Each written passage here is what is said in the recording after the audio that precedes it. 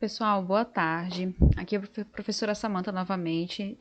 Nesta semana nós teremos o gênero poema, né? Vamos lá iniciar esse novo gênero textual. Mas antes de tudo, pessoal, antes da gente ver propriamente o que é o poema, a gente precisa entender duas coisinhas sobre o sentido próprio e o sentido figurado das palavras. Vamos lá.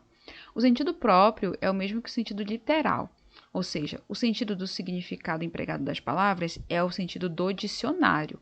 A isso nós chamamos denotação, certo? Ou seja, denotação é quando nós empregamos o sentido do dicionário nas palavras que nós usamos. Já o sentido figurado é o sentido que não é o do dicionário, mas o sentido que foi criado pelo homem, né? A isso nós damos o nome de conotação. Ou seja, a conotação é quando nós usamos palavras e expressões com sentidos que foram atribuídos, criados pelo homem, não é o sentido do dicionário. Como assim, professora? Eu não estou entendendo. Trouxe um exemplo aqui para vocês, né? Entre a diferença entre sentido real e sentido figurado. Ou seja, sentido denotativo e sentido conotativo. Por exemplo, a expressão bater as botas. A gente tem aqui a bonequinha batendo as botas, literalmente, né? E falando assim: essa aranha não quer sair. Ou seja, ela está batendo as botas para fazer o quê? A aranha sair de dentro dela. Só que também existe essa expressão bater as botas com outro significado, que é o de morrer, né? De falecer. Aí a gente tem aqui a bonequinha lamentando: coitada, bateu as botas, morreu. Ou seja, a gente usa também a expressão bater as botas para dizer que alguém faleceu, né? Alguém foi a óbito.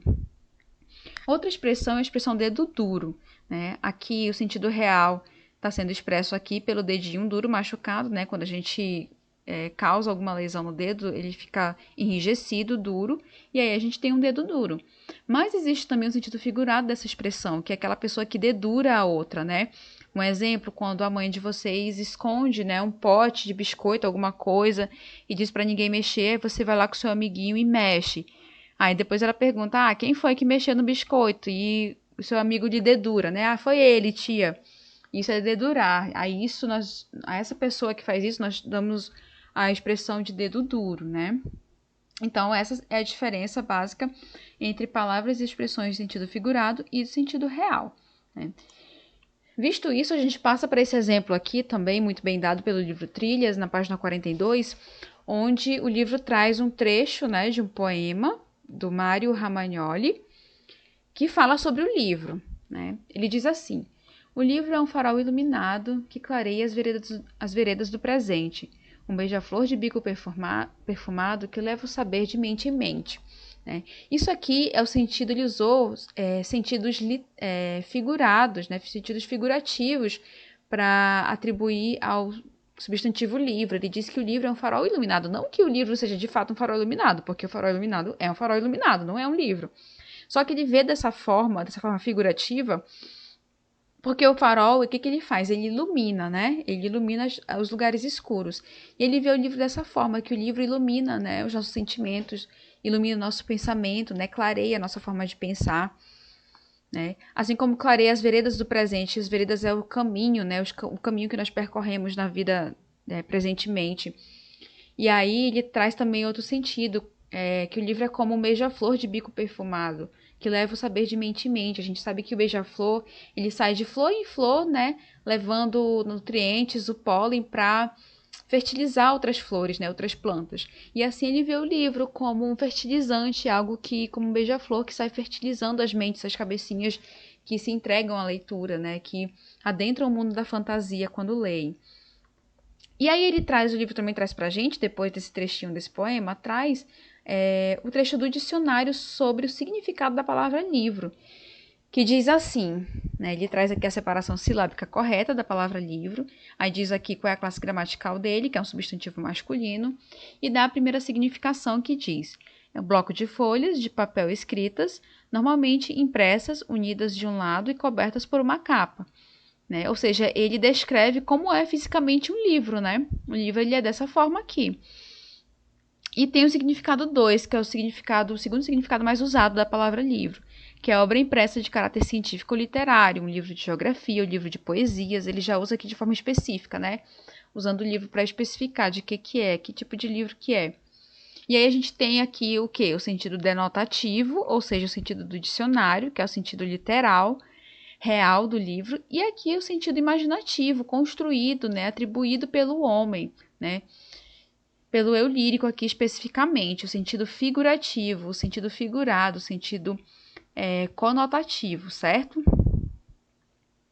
E aí, a partir disso, pessoal, a gente pode ver que a poesia, assim como a escrita literária no geral, faz uso de uma linguagem subjetiva, ou seja, ela apresenta nela, né, é apresentado o olhar pessoal ou particular sobre o tema que é abordado em seu conteúdo, diferente de outros gêneros textuais, como a notícia, o artigo de divulgação científica, a receita de bolos, manuais de instrução e outros que apresentam uma linguagem mais objetiva ou impessoal, né? Enquanto na poesia a gente vai ter uma linguagem mais pessoal, a expressão dos sentimentos, das emoções de uma pessoa, em vários outros gêneros textuais, como esses aqui que foram mencionados, expressa uma linguagem mais objetiva, mais direta, né, da realidade.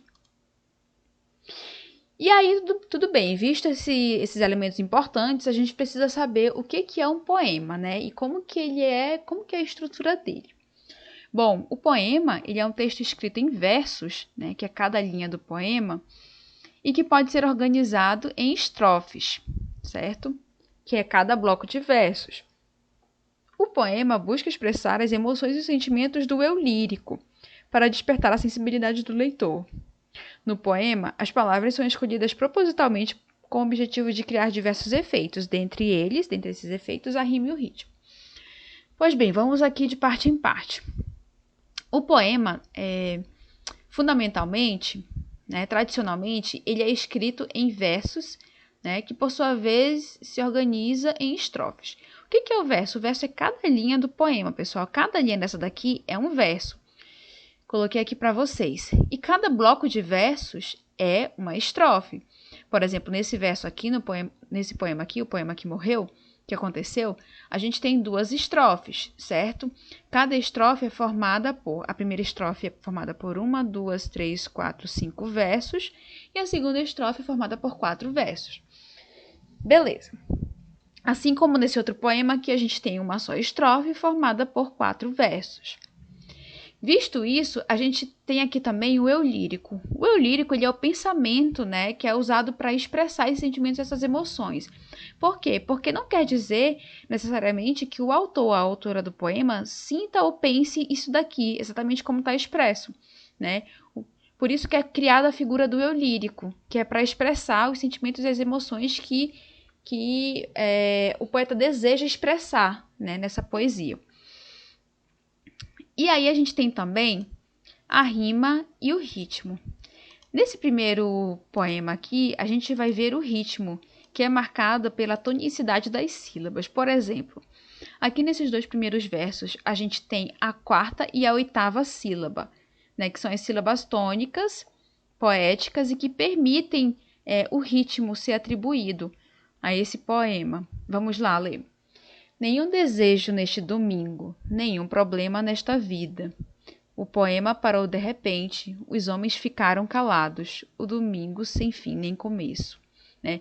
Nesses 2 versos aqui a gente vê nenhum desejo neste domingo, nenhum problema nesta vida. A gente vê que a 4ª e a 8ª sílabas dos 2 versos, elas são as tônicas. Isso dá um ritmo para o poema, né, que é muito necessário. O ritmo e a rima são elementos extremamente necessários no poema.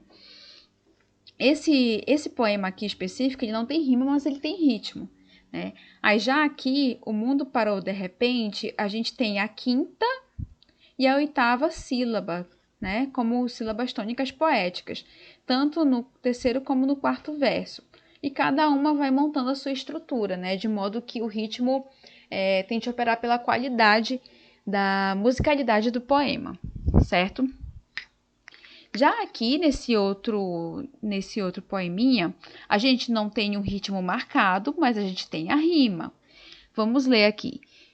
De cima das pedras, alguém parou para ver o mar, mas o mar não parou para ser olhado. Era mar para tudo que era lado. A gente tem os 2 últimos versos rimando aqui, usando o finalzinho, né? Ado. Certo? Não é uma sílaba, é uma terminação. Né? A gente tem a terminação ado para as 2 palavras finais dos 2 últimos versos. Certo? A rima ela pode acontecer intercalada, ou seja, Pode ser numa linha sim, linha não, ou pode ser seguida, ou pode ser em toda ela, certo? Mas o ideal é que ela venha sempre marcado de forma compassada, né? Na última palavra, ou então na palavra que seja emparelhada, né? Uma embaixo da outra. Né? Tudo isso é construído, né, pelo poeta. Tem toda uma estrutura que é construída por ele propositalmente. Né? A poesia ela não é criada assim de forma aleatória. Apareceu um poema na minha cabeça. Não. Ela tem tem todo um estudo por trás dela para ter um ritmo e uma rima proposital para que ela tenha a beleza, né, literária dela. Bom, pessoal, resumindo aqui, a tipologia textual da poesia ela é expressiva, tá? Uma vez que a escrita se centra na expressão dos sentimentos e das emoções, lembrando, a poesia ela tem o objetivo de expressar sentimentos e emoções, por isso a tipologia dela é expressiva, não é narrativa, nem injuntiva, nem descritiva, nem argumentativa, como a gente já viu de outros gêneros textuais.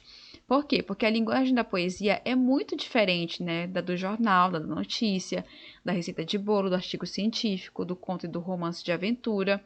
Porque seu objetivo não é informar o leitor, como faz a notícia e o artigo científico, nem contar uma história, como é o caso do conto e do romance, ou entreter o leitor, como é o caso do conto e do romance também, mas sensibilizar o leitor por meio dos sentimentos e emoções expressos no poema, certinho?